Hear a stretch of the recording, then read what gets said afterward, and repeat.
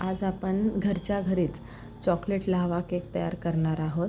ओव्हनशिवाय आपण हा केक तयार करणार आहोत. तुम्ही ही रेसिपी नक्कीच ट्राय करा आणि एकदा केली की तुम्ही नक्कीच दुसऱ्यांदा परत करणार.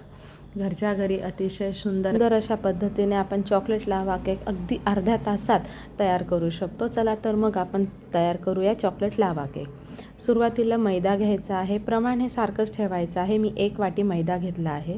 1 वाटी मैद्याला 2.5 चमचे मी चोको पावडर टाकलेली आहे. सुरुवातीला मैदा, चोको पावडर ही चमचाच्या 1/4 एवढा मी बेकिंग सोडा घेतलेला आहे आणि 1 चमचा पूर्ण बेकिंग पावडर घेतलेली आहे. हे दोघं पण पूर्ण गाळून घेतलेले आहे.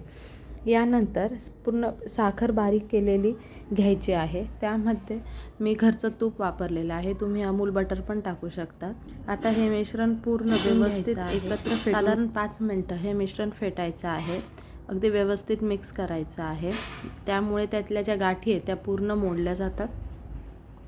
मला हे मिश्रण थोडं घट्ट वाटलं त्यामुळे मी त्यात थोडं दूध टाकलं आहे. दूध टाकून एकत्र असं पातळ करून घेतलेलं आहे. जर तुमचं मिश्रण व्यवस्थित असेल तर दूध टाकायची गरज नाही, गरजेप्रमाणेच दूध टाकायचं आहे.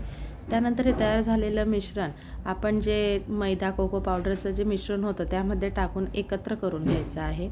त्यानंतर मी दूध टाकलेलं आहे.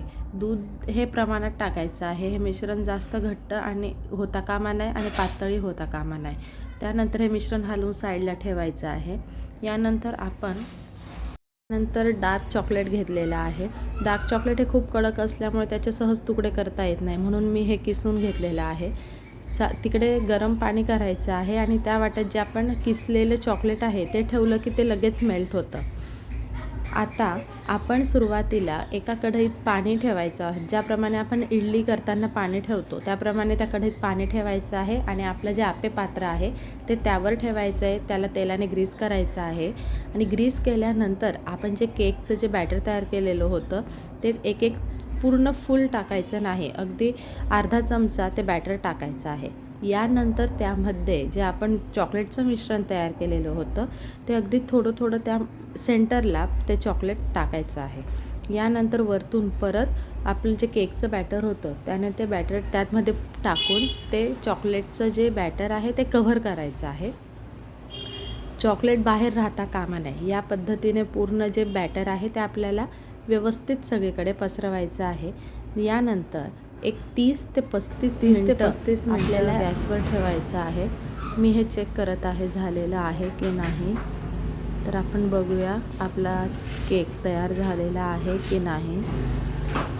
खालची बाजू झालेली आहे पण वरती मला थोडा तो कच्चा वाटला आहे, म्हणून मी ते परत ठेवत आहे. आपण एक 5 ते 10 मिनटात आपण वेट करू.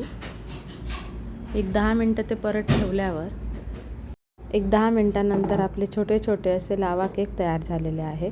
या ठिकाणी आपण जसं पाण्यावर हे केक बेक केले आहे त्यापेक्षा जर आप्पे पात्र आपण डायरेक्ट गॅसवरही ठेवलं तर सुंदर असे केक तयार होतात. या ठिकाणी आपले सुंदर असे लावा केक खाण्यासाठी रेडी झालेले आहेत.